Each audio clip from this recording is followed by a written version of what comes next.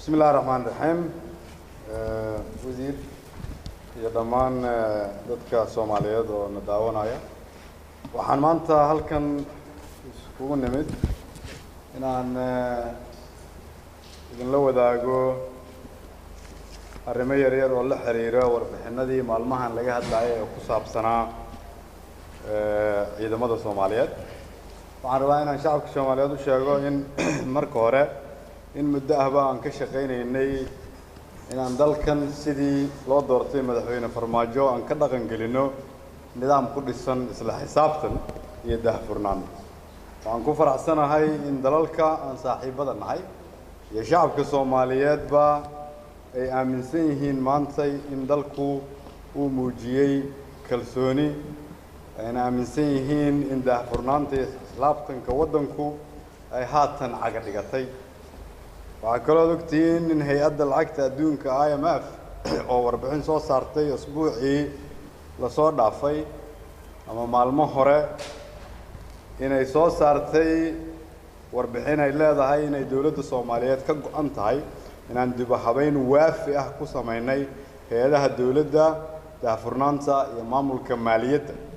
annagoo taas ka duulayna waxaan hirgelinay sidoo kale inaan bilowno in ciidankeena lagu diiwaan geliyo qaab casriyeysan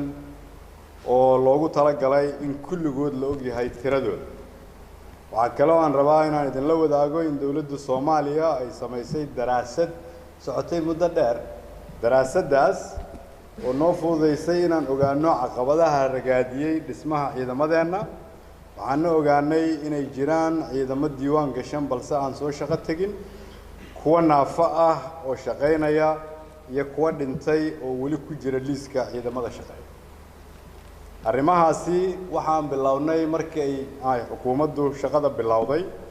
1 Abriil kadib markii xukuumadda la ansixiyay isla bishii May waxaan albaabada u furnay dalalka aan saaxiibada nahay ee naga caawiya ciidamada si ay iyaguna qayb uga qaataan isla xisaabtanka iyo daahfurnaanta aan ku shaqeyno iyagoo markaa baaritaan ku sameynayay caawinaadii ay nasiiyeen ama noo siiyeen arrimaha amniga sanadihii naga horreeyay ee la soo dhaafay sidaas daraadeed maadaama labada dawladood dawladda Mareykanka iyo dawladda Soomaaliya labaduba ay sameeyeen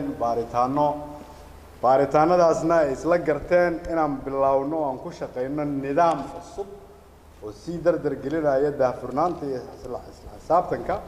waxaan ku heshiinay inagoo labadaas dawladood ah dawladda Soomaaliya iyo dawladda Mareykanka in aan hakad gelino muddo kooban oo usbuucyo ah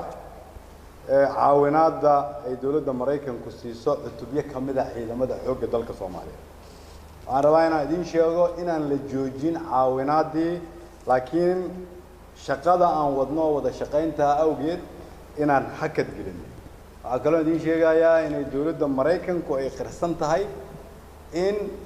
dawladda Soomaaliya oo hadda jirta uu hogaamiyo madaxweyne Farmaajo inay ku guuleysatay daahfurnaanta iyo isla xisaabtanka ayna ku kalsoon tahay sida ay dawladda Soomaaliya ee hadda jirta u shaqeyso sida aad ka aragteen warbixintii uu ka hadlay wasiirka gaashaandhigga oo Mareykanka waxa uu yiri dawladda Mareykanku waxa ay ku qabtaa kalsooni buuxda dawladda Soomaaliya annaga ayaa dalbanay inaan sameeyno warbixintaan idin sheegnay oo lagu daahfurayay qaabka ciidankeena u shaqeeyo tiradiisa inta ay tahay xerooyinka ay kala joogaan sidoo kale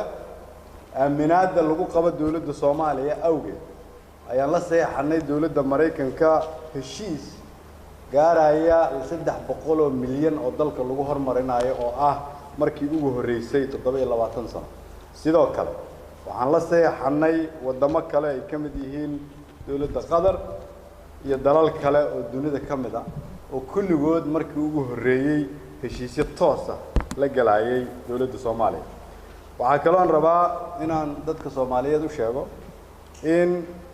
warbixinta ay soo saartay hay'adda lacagta adduunka IMF ay ku sheegtay in dawladda Soomaaliya ay marayso meeshii ay ugu rajada fiicneed 27 sano taasoo macnaheedu tahay inaan rajo ka leenahay in dalkan mustaqbalka deynta laga daayo adduunyaduna si toosa ay ula gasho heshiisyo dawladda Soomaaliya waxaan ugu bishaareynayaa shacabka Soomaaliyeed sidaas daraaddeed inaanay ka walwalin hakinta la hakiyay laakiin ay tahay inaan annagu rabno inaan ka dhabayno isla xisaabtanka markaan kula heshiino dawladda Soomaaliya nidaamka cusub dawladda Mareykanka nidaamka cusub oo aan rabno in lagu bixiyo caawinaadana annaga ayaa la wadaagi doona shacabka Soomaaliyeed waa mahadsantiin wassalaamu calaykum warahmatullahi wabarakaatuh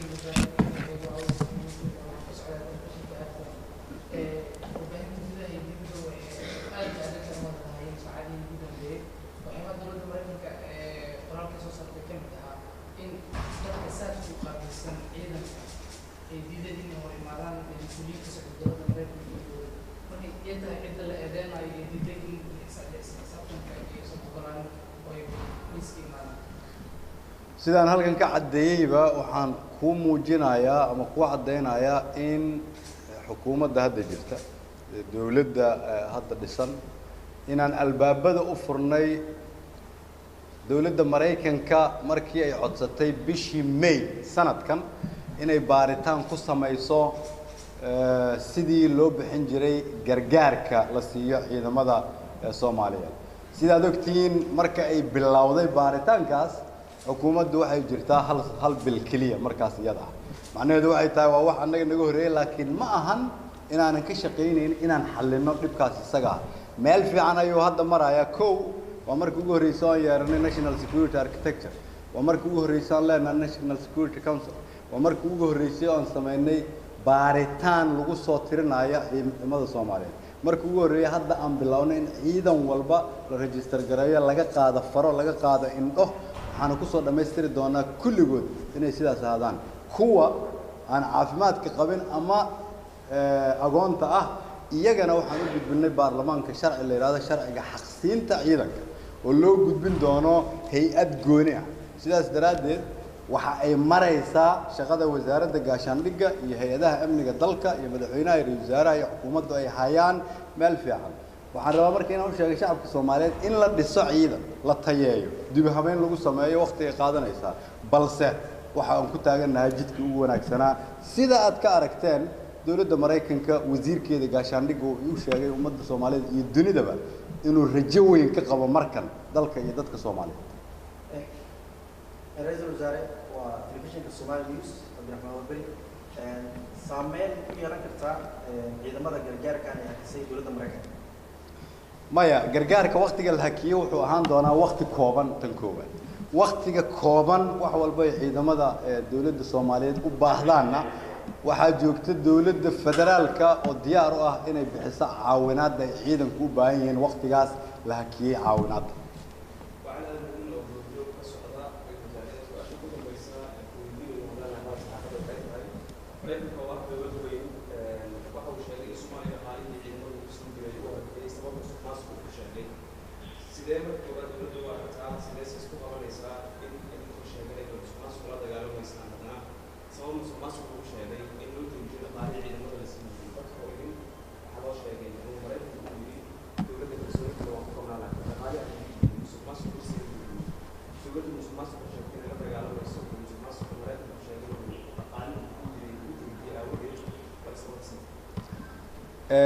tan koowaad horta dawladda Mareykanka iyada lafteeda ayaa sheegtay inay kalsooni buuxda ku qabto dawladda Soomaaliya tan labaad dawladda Mareykanka iyada lafteeda ayaa sheegtay waxa ay ka hadlayaan inay tahay wax ka horeeyay dawladda hadda jirta tan saddexaad dawladda hadda jirta iyada abaas gareysay baarlamaanka geysay sharciga la dagaalanka musuqmaasuqa tan afaraad dawladda hadda jirta iyada sameysay baaritaanka hufan oo soo dhameystiray tirada tayada qalabka ciidanka iyo meesha ay ku sugan yihiin macnaheedu marka waxay tahay waxa la idin sheegayaa waa shaqo ay dawladda Soomaaliyeed hayso shacabka Soomaaliyeedna inuu ku kalsoonaadaan shaqada dawladooda ay soo amaadsantii